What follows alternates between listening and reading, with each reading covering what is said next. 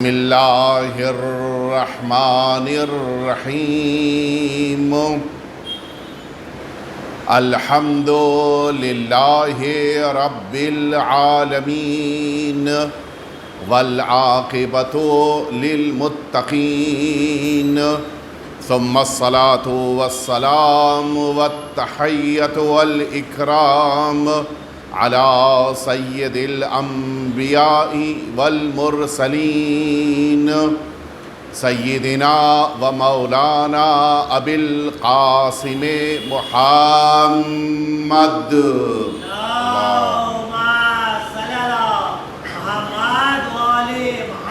صلی اللہ علیہ وعلی اہل بیتہ الاطیبین الانجبین الذین اذهب اللہ عنہم الرجس وطہرہم تطہیرا اللہم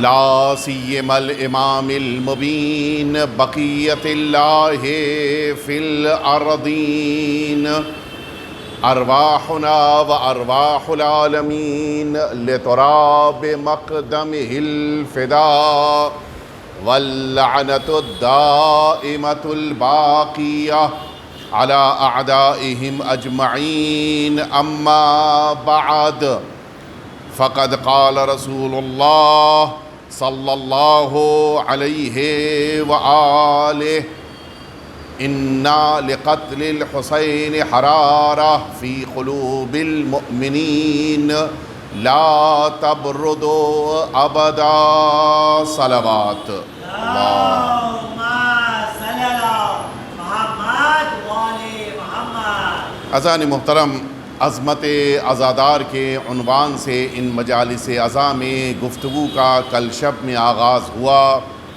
اور میں نے یہ عرض کیا کہ اللہ نے اس کائنات میں ان عزاداروں کے لیے بڑی اہمیت قرار دی ہے، بڑی عظمت ہے، اور اس اہمیت اور عظمت کو اپنے پاس سنبھال کر رکھنا یہ ہم سب کے لیے ضروری ہے۔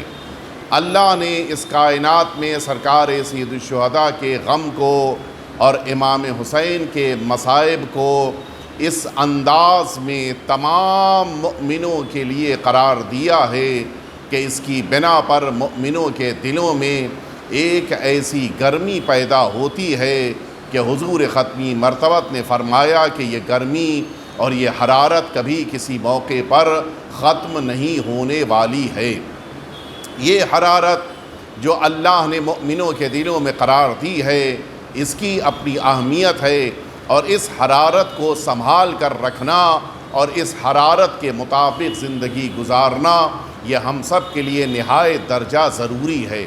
اللہ رب العزت نے امام حسین کے مصائب جو میدان کربلا میں ڈھائے گئے، یہ تمام انسانوں کے لیے ایسا نمونہ عمل قرار دیا ہے کہ مشکلات میں گھر جانے کے باوجود، مصیبتوں کے ہجوم میں قرار پانے کے باوجود انسان پروردگار سے اپنی امیدوں کو اور اپنی لو کو ختم نہ کرے، پروردگار سے ہمیشہ امیدیں وابستہ رکھے۔ خدا اللہ رب العزت اس کائنات میں تمام مشکلات کو دور کرنے والا ہے۔ مشکلات آتی ہیں، لیکن ان مشکلات کا ایک وقت ہوتا ہے، ایک مدت ہوتی ہے۔ ان مشکلات کے امتحان میں انسان کا کامیاب ہو جانا اس انسان کو نہ صرف یہ کہ آخرت میں کامیابی دلاتا ہے، بلکہ امتحان میں کامیاب ہو جانے والے افراد کے لیے اللہ رب العزت دنیا کو بھی آباد کر دیتا ہے۔ لہٰذا یہ تمام عزاداران امام حسین جو اس دنیا میں سرکار سید الشہداء کے مصائب پر گریہ کرتے ہیں، امام حسین کو یاد کرتے ہیں، امام حسین کے لیے سینہ زنی کرتے ہیں، امام حسین کے لیے فرش عزا بچھاتے ہیں، امام حسین کے لیے جلوس برآمد کرتے ہیں، یہ تمام وہ افراد ہیں کہ جن پر اللہ رب العزت کی خاص توجہ ہے، اور اللہ رب العزت انہیں دنیا کی مشکلات، دنیا کے مصائب، دنیا کی سختیوں اور دنیا کی بے چینیوں سے نجات عطا کرتا ہے۔ اور یہی وجہ ہے وہ افراد کہ جن کے دلوں میں کربلا کی محبت ہوتی ہے وہ بڑی سے بڑی مشکل کو آسانی کے ساتھ مقابلہ کرتے ہوئے آگے نکل جاتے ہیں، اور انہیں یہ سختیاں سخت محسوس نہیں ہوتیں، انہیں یہ مصیبتیں مصیبت والی محسوس نہیں ہوتیں، انہیں یہ پریشانیاں پریشان نہیں کرتی ہیں۔ وجہ یہی ہے امام حسین کے مصائب کو سننے، امام حسین کی مصیبتوں پہ گریہ کر لینے کے بعد دنیا کی کوئی مصیبت بڑی نہیں محسوس ہوتی ہے، دنیا کی کوئی پریشانی بہت زیادہ بڑی نہیں دکھائی دیتی ہے، بلکہ وہ میدان کربلا کے واقعات اور حادثات کے مقابل بہت چھوٹی بڑی مختصر سی دکھائی دیتی ہے۔ لہٰذا ہمیں کوشش کرنی چاہیے کہ اپنی زندگیوں میں اس عزاداری کو سینے سے لگائے رکھتے ہوئے خود جس ٹائٹل کو اللہ نے ہمیں دیا ہے، یعنی عزادار امام حسین، اس ٹائٹل کو، اس لقب کو، اس عنوان کو اپنے وجود سے ہمیشہ وابستہ رکھیں۔ اگر اللہ نے یہ ٹائٹل ہمیں ہمیشہ کے لیے عطا کیا ہے، اس کے معنی یہ ہے کہ اللہ ہمیں ایک عظیم عزت، عظیم عظمت، عظیم درجہ، عظیم منزلت عطا کرنا چاہ رہا ہے۔ آئیے میں آپ کو لے کر چلوں اس روایت کی طرف جو ہمارے اور آپ کے آقا اور مولا امام جعفر صادق علیہ الصلوۃ والسلام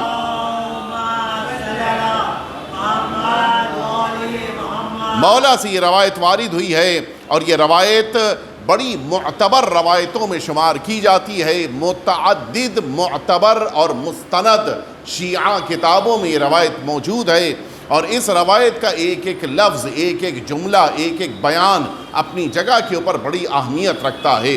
ہمیں اس روایت کو سمجھنا چاہیے اور اس روایت کے مطابق کوشش کرنی چاہیے کہ اپنی زندگیوں پر توجہ دیں۔ آقا نے اس روایت میں امام حسین کے عزاداروں سے متعلق اور امام حسین کے زائرین سے متعلق کہ جو اگر کوئی امام حسین کا زائر ہے، اس کے معنی ہے کہ امام حسین کا عزادار ہے، اس کے لیے جو جملے فرمائے ہیں وہ بڑے قیمتی ہیں، بڑے اہم ہیں، اور ایک ایک جملہ اپنی جگہ کے اوپر مزید وضاحت کا طلبگار ہے۔ ہمیں اس روایت پر توجہ دینے کی ضرورت ہے۔ مولا کے لیے راوی کہتا ہے کہ جس موقع کے اوپر میں امام کی خدمت میں حاضر ہوا، مولا سجدے میں اپنے سر مبارک کو قرار دیے ہوئے تھے۔ معاویہ بن وہب یہ راوی ہیں، وہ کہتے ہیں کہ میں آقا کی خدمت میں حاضر ہوا، چھٹے امام کی بارگاہ ہے، استأذنت علی ابی عبداللہ علیہ السلام، میں نے مولا سے اجازت طلب کیا۔ ظاہر ہے کہ اس زمانے میں طریقہ کار یہ ہوتا تھا کہ غلام دروازے پہ آتا تھا اور اس سے یہ بات کہی جاتی تھی کہ میں فلاں آیا ہوں، مولا سے میرے لیے خدمت میں حاضر ہونے کی اجازت لے لو۔ غلام اندر گیا، مولا سے اجازت لے کے واپس آیا ہے۔ معاویہ بن وہب کہتے ہیں کہ میں جب تک امام کی بارگاہ میں حاضر ہوتا، ظاہر ہے کہ اب میں نے دروازے پہ قدم رکھا، پھر اندر داخل ہوا، صحن میں آیا، گھر کے اندرونی حصے میں آیا، مولا کے حجرے میں داخل ہوا، یہ جو وقت درمیان کا گزرا، اس درمیان امام مصلی پر جا چکے تھے، مصلی پر تشریف فرما ہو چکے تھے، اور اب مولا اپنی دعاؤں کے ذریعے سے اس امت کو ایک پیغام دے رہے ہیں۔ معمولاً خطبات کے ذریعے سے انسان پیغام دیتا ہے، معمولاً بیان کے ذریعے سے انسان کوئی نہ کوئی امت کو پیغام دیتا ہے، لیکن امام نے یہاں دعا کے ذریعے سے اس امت کو متوجہ کرایا ہے، اور اسی لیے یہ دعا بڑی اہمیت رکھتی ہے، اور امام کے یہ جملے، امام کا یہ بیان اپنی جگہ کے اوپر بڑا قیمتی سمجھا جاتا ہے۔ راوی کہتا ہے کہ فوجدتہ فی مصلاہ، میں نے دیکھا کہ مولا اپنے مصلی پر تشریف فرما ہو چکے ہیں، فجلست، میں بھی آ کے قریب بیٹھ گیا کہ دیکھوں کہ آقا اور مولا کیا فرما رہے ہیں، اس لیے کہ مولا کی زبان اطہر سے نکلنے والا ایک ایک جملہ لسان عصمت پر جاری ہونے والا جملہ ہے۔ اللہ نے اہل بیت اطہار کو معصوم قرار دیا ہے، لہٰذا ان کی زبانوں پر جاری ہونے والا ہر جملہ اپنی جگہ پر ایک عظیم پیغام رکھتا ہے۔ راوی کہتا ہے معاویہ بن وہب کہ میں جا کر مولا کی خدمت میں بیٹھ گیا قریب میں، تاکہ میں سنوں کہ مولا کیا دعا فرما رہے ہیں۔ فسمعتہ، میں نے سنا کہ مولا اپنی زبان اطہر پر یہ دعا فرما رہے تھے، وہو یناجی ربہ، جب کہ مناجات کر رہے تھے، یعنی صرف دعا نہیں کر رہے تھے گڑ گڑا کے اللہ کی بارگاہ میں التماس کر رہے تھے، عاجزی کے ساتھ اللہ کی بارگاہ میں دعا فرما رہے تھے۔ راوی کہتا ہے کہ مولا اپنے پروردگار کی بارگاہ میں یوں فرما رہے تھے، وہو یقول، مولا اس طرح سے فرما رہے تھے، یا من خصنا بالکرامہ، اے میرے پروردگار، اے میرے خالق، اے میرے رب، کہ جس نے ہم اہل بیت اطہار کو کرامتوں سے مخصوص قرار دیا۔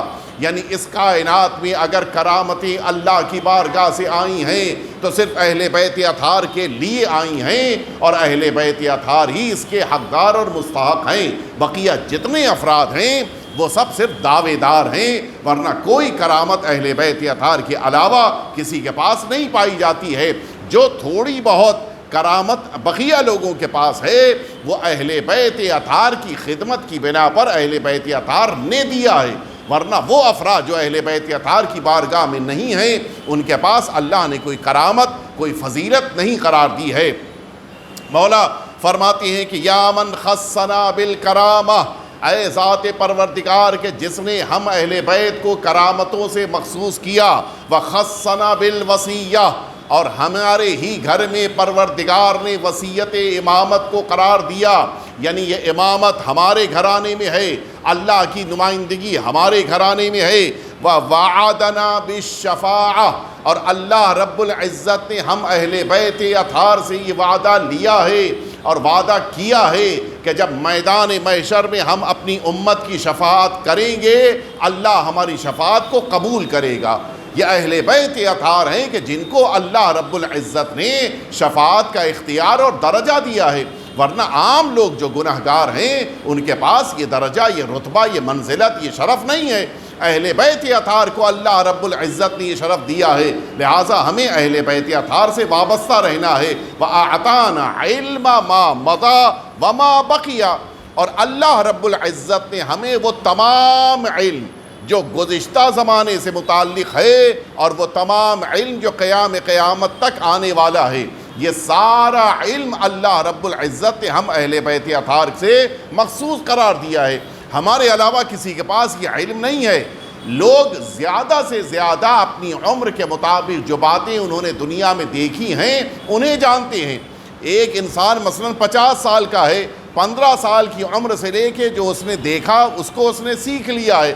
آج اس کے پاس علم 35 سال کا ہے، لیکن یہی انسان جو 50 سال کا ہے اس کے پاس 60 سال پہلے کا علم نہیں ہے، اس کے پاس 100 سال پہلے کا علم نہیں ہے، اس کے پاس 200 سال پہلے کا علم نہیں ہے۔ یہ اہل بیت اطہار ہیں کہ جن کو اللہ رب العزت نے اول خلقت کائنات سے لے کر انتہائے کائنات قیامت تک کا سارا علم عطا کیا ہے۔ یعنی اس کے معنی ہے کہ اگر کسی کو علم حاصل کرنا ہے تو اہل بیت اطہار کے پاس آنا چاہیے۔ یہ انسان جو کوششیں کرتا ہے کہ دنیا کے تمام افراد کے پاس جا کے ہم زانوئے ادب طے کر کے علم حاصل کر لیں گے لیکن علم اہل بیت کو حاصل نہیں کریں گے، یہ سب کچھ بن سکتا ہے، عالم نہیں بن سکتا ہے۔ عالم وہی کہلائے گا جس کے پاس اہل بیت اطہار کا دیا ہوا علم ہونا چاہیے۔ مولا فرماتے ہیں کہ پروردگار نے وَأَعْطَانَا عِلْمَ مَا مَضَى وَمَا بَقِيَ، جو گزر گیا اور جو آنے والا ہے ان تمام باتوں کا علم پروردگار نے ہمیں دیا ہے۔ وَجَعَلَ أَفْئِدَةَ النَّاسِ تَهْوِي إِلَيْنَا، اور پروردگار نے لوگوں کے دلوں کو ہماری طرف اس طرح سے مائل کر دیا ہے کہ لوگوں کے دلوں میں ہم اہل بیت کی محبت پائی جاتی ہے۔ دنیا میں بہت سے لوگ ہیں کہ جن کو مانا جاتا ہے، بہت سے افراد ہیں جس کو آپ کہتے ہیں کہ بلائنڈ فالوور ہیں، جن کو آپ اندھ بھکت بھی کہہ دیتے ہیں، لیکن ان کے دلوں میں لالچ کی بنا پر محبت ہوتی ہے، اور اہل بیت اطہار کی محبت کو اللہ نے بغیر لالچ کے لوگوں کے دلوں میں قرار دیا ہے۔ لوگ اس لیے اہل بیت سے محبت نہیں کرتے ہیں کہ انہیں اہل بیت اطہار سے کچھ لینا ہے، اہل بیت اطہار سے کچھ فائدہ لینا نہیں، ان کے دلوں میں اللہ نے محبت کو قرار دیا ہے۔ یہ جو قرآن مجید نے بھی کہا ہے کہ لوگوں کے دلوں میں محبت ہے، کہ جو لوگوں کے دل ان کی طرف جھکتے جا رہے ہیں وہ اہل بیت اطہار کے لیے اللہ نے اسی لیے فرمایا ہے۔ اہل بیت اطہار کی طرف لوگوں کے دل جو مائل ہو رہے ہیں، اس کی وجہ یہی ہے کہ اللہ نے یہ محبت لوگوں کے دلوں میں قرار دی ہے۔ مولا اس کے بعد فرماتے ہیں کہ پروردگار نے لوگوں کے دلوں میں ہماری محبت کو قرار دیا، نتیجے میں ان کے دل ہماری طرف جھک جاتے ہیں۔ اغفر لی، اب یہاں سے مولا نے دعا شروع کی۔ یہاں تک اللہ سے خطاب کر رہے تھے اپنے بارے میں، اب اس کے بعد مولا دعا فرماتے اغفر لی، پروردگار سبھی کو بخش دے، ولی اخوانی، اور ہمارے تمام بھائیوں کی مغفرت کر دے۔ پروردگار مجھے اور تمام میرے بھائیوں کی مغفرت فرما دے۔ اور اس کے بعد اگلا جملہ فرماتے ہیں پروردگار معاف کر دے، مغفرت کر دے، ولی زوار قبر ابی الحسین بن علی علیہ السلام، اور اسی طرح سے پروردگار میرے والد سرکار سید الشہداء امام حسین صلوات اللہ وسلامہ علیہ،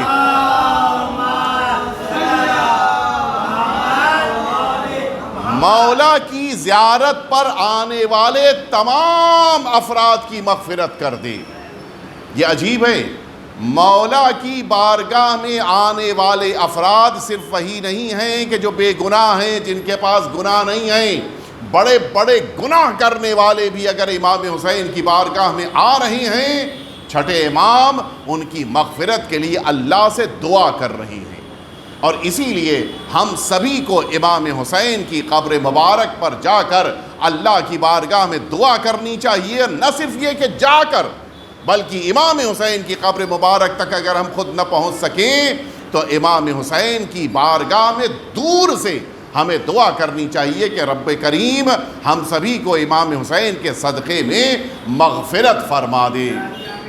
مولا فرماتے کہ پروردگار جو میرے والد کی قبر مبارک کے اوپر زیارت کرنے کے لیے آ رہی ہیں، ان تمام مؤمنین کی مغفرت فرما دے۔ اور اس کے بعد اگلا جملہ فرماتے ہیں کہ پروردگار تیری بارگاہ میں دعا ہے کہ الذین، وہ امام حسین کی قبر پہ زیارت کے لیے آنے والے افراد، الذین انفقوا اموالہم، وہ لوگ کہ جنہوں نے زیارت کے لیے اپنے مال کو خرچ کیا، پیسہ دیا تاکہ زیارت امام حسین کے لیے آ سکیں۔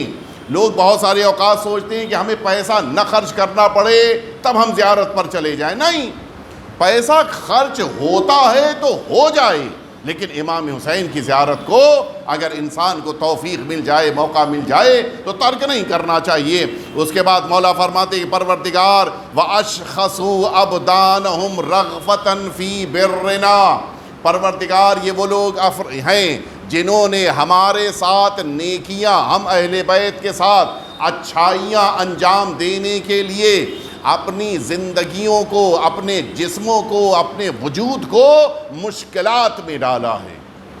عجیب ہے، زیارت کے معنی ہی یہی ہے کہ انسان مشکلات کے ساتھ زیارت کرنے کے لیے جائے۔ ہم یہ سوچیں کہ ہمیں بغیر کسی تکلیف کے زیارت پر حاضر ہونے کا موقع مل جائے، ایسا موقع نہیں ملتا ہے۔ ہمیں مشکلات کے ساتھ اگر جانا پڑ جائے، امام فرما رہے کہ پروردگار ان لوگوں پہ اپنی رحمت نازل فرما کہ جو میرے جد امام حسین کی بارگاہ میں زیارت کے لیے آ رہے ہیں، مشکلات برداشت کرتے ہوئے۔ زمانہ کروٹیں لیتا ہے، حالات بدلتے ہیں، مشکلات بڑھتی ہیں۔ کبھی یہ ہوتا ہے کہ بم بلاسٹ نہ ہو جائے، کبھی یہ خطرہ ہوتا ہے کہ دشمن حملہ آور نہ ہو جائے، کبھی اس بات کا خوف ہوتا ہے کہ مال نہ چھین لیا جائے، کبھی اس بات کا خطرہ ہوتا ہے کہ کہیں جان پہ حملہ نہ ہو جائے۔ خطرات میں جب زیارت امام حسین کے لیے انسان جاتا ہے، چھٹے امام کی دعا اس کے لیے سہارا بن جاتی ہے۔ امام کی دعا اگر چاہیے ہے تو مشکلات میں ہونے کے باوجود، سختیوں میں جانے کے باوجود زیارت کو ترک نہیں کرنا چاہیے۔ مولا فرماتے ہیں پروردگار وَأَشْخَصُوا أَبْدَانَهُمْ رَغْبَةً فِي بِرِّنَا وَرَجَاءً لِمَا عِنْدَكَ فِي صِلَتِنَا، پروردگار ان سب نے اس امید میں سفر زیارت کیا ہے تاکہ ہم اہل بیت اطہار سے وہ صلہ کہ جس کا حکم تو نے قرآن مجید میں دیا ہے کہ اے مومنو تم سب کی ذمہ داری ہے کہ اجر رسالت کو ادا کرنے کے لیے اہل بیت اطہار سے محبت کرو، اس حکم پروردگار کی بنا پر یہ زیارت کرنے کے لیے آ رہے ہیں۔ یعنی اس کے معنی ہے کہ ہمارا معصوم کی بارگاہ میں خاص طور سے امام حسین کی بارگاہ میں زیارت کے لیے جانا وہ حکم پروردگار کے مطابق ہے کہ جہاں پروردگار نے فرمایا ہے کہ اے مومنو تم سب کے لیے ضروری ہے کہ خاندان پیغمبر سے محبت کرو.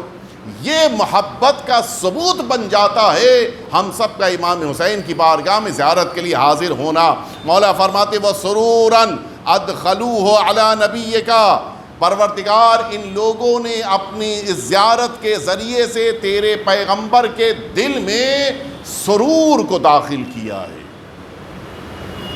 پیغمبر جس سے خوش ہو جائیں پھر کائنات اس کے لیے مصیبتوں کا سبب نہیں بن سکتی ہے.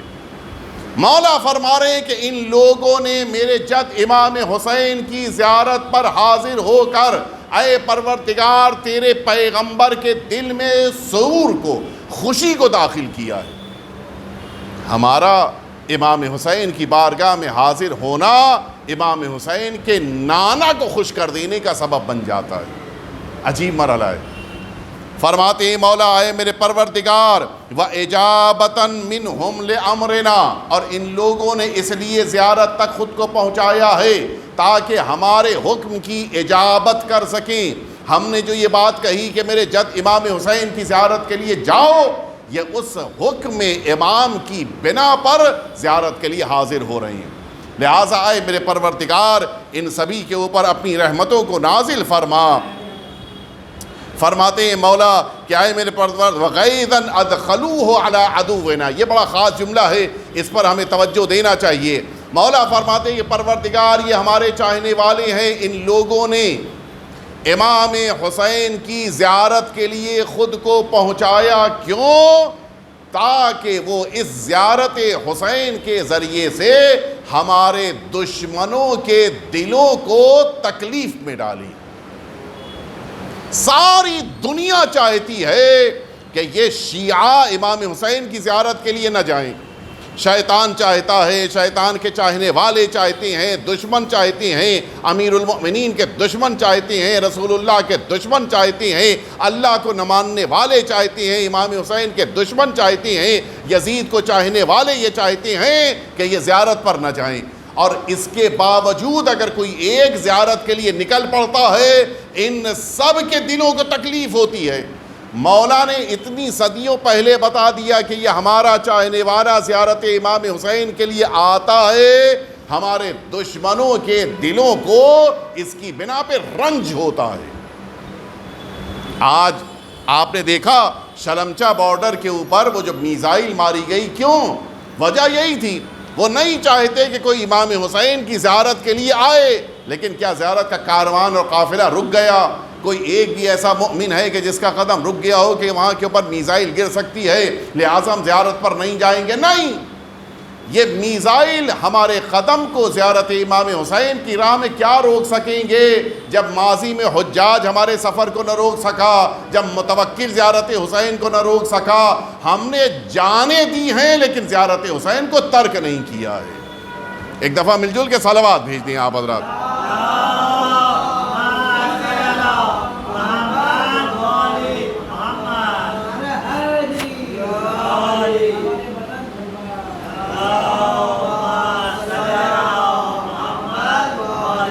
مولا فرماتے ہیں کہ ارادو بذالک رضاک، اے میرے پروردگار ان سبھی نے زیارت امام حسین کا ارادہ کیا ہے تاکہ وہ تیری رضایت کو حاصل کر سکیں.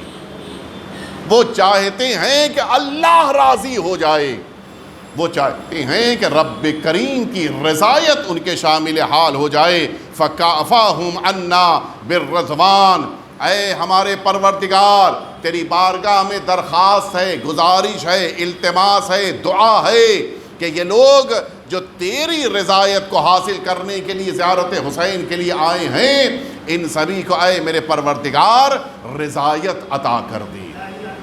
اللہ کی رضایت ان کے شامل حال ہو جاتی ہے جو زیارت امام حسین کے لیے آ رہے ہوں.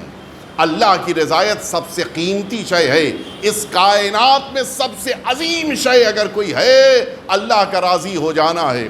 قرآن مجید کہہ رہا ہے کہ وَرِضْوَانٌ مِّنَ اللَّهِ أَكْبَرُ، یہ قرآن مجید کی آیت شریفہ ہے. قرآن مجید کہہ رہا ہے کہ اللہ کی تھوڑی سی رضایت، رضوانم یہ نکرہ ہے، رضوانم من اللہ، اللہ سے ملنے والی تھوڑی سی رضایت، اللہ کا تھوڑا سا راضی ہو جانا کیا ہے؟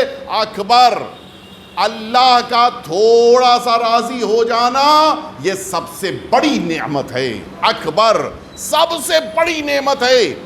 مولا فرما رہے ہیں کہ جو زیارت امام حسین کے لیے آتا ہے اللہ اس سے راضی ہو جاتا ہے. آپ انصاف سے بتائیں، آپ نے نماز کیوں پڑھی؟ اس لیے کہ اللہ راضی ہو جائے. آپ روزے کیوں رکھتے ہیں؟ اس لیے کہ اللہ راضی ہو جائے.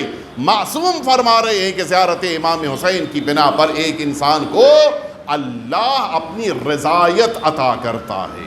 بڑا عظیم درجہ ہے ان لوگوں کا کہ جو اس طرح سے امام حسین کی بارگاہ میں زیارت کے لیے حاضر ہوتے ہیں. مولا فرما رہے ہیں کہ یہ اے میرے پروردگار، انہوں نے تیری رضایت کو حاصل کرنے کے لیے اس زیارت کو اختیار کیا ہے. فَكَعْفَاهُمْ عَنَّا بِالرِّضْوَانِ، اے میرے پروردگار ان کے لیے رضایت کو عطا فرما دے. وَاكْلَعْهُمْ بِاللَّيْلِ وَالنَّهَارِ، اور پروردگار انہیں یہ زیارت کی توفیق کب عطا فرمائے؟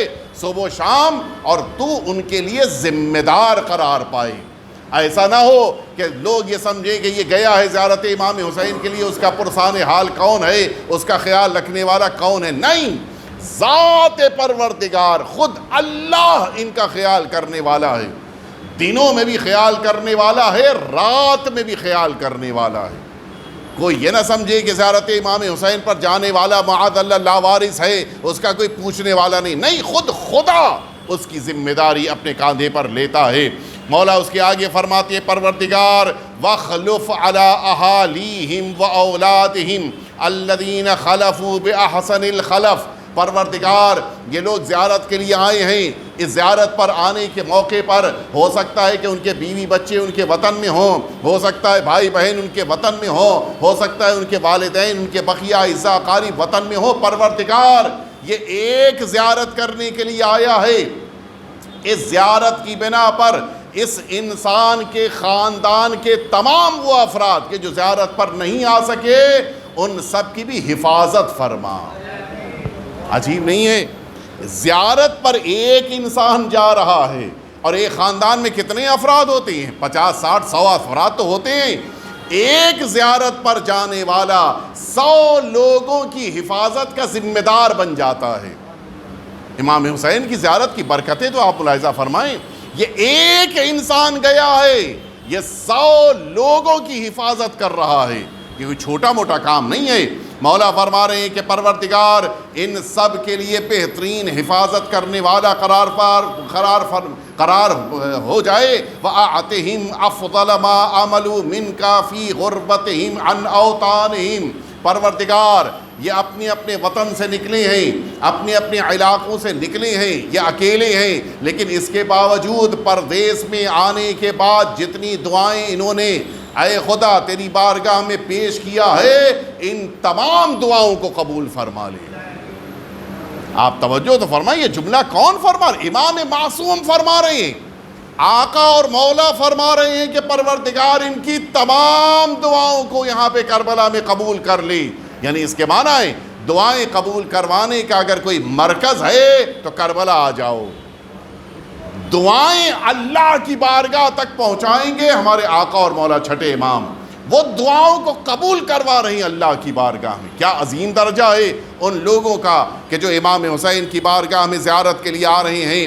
فرمایا مولا نے کہ پروردگار وما اثرونا بہی علی ابنائہم واہالیہم واقربائہم، اور پروردگار وہ تمام چیزیں کہ جو انہوں نے اپنے بال بچوں کے لیے، اپنے رشتہ داروں کے لیے، اپنے خاندان والوں کے لیے تیری بارگاہ میں طلب کیا ہے، ان تمام چیزوں کو خدارا ان سبھی کو عطا فرما دے. کسی کے لیے گھر کی تمنا کیا، کسی کے لیے مال کی تمنا کیا، کسی کے لیے رزق کی تمنا کیا، کسی کے لیے اولاد کی تمنا کیا، کسی کے لیے تعلیم کی تمنا کیا، کسی کے لیے بیماری سے علاج کی تمنا کیا. ساری دعائیں اس زائر کی اللہ اس بارگاہ میں قبول کر رہا ہے. یہ عجیب رتبہ اللہ نے امام حسین کی زیارت پر آنے والے اس بندہ مومن کو عطا کیا ہے، اور اسی بنا پر ہمیں امام حسین کی بارگاہ میں زیارت کے لیے حاضر ہونا چاہیے۔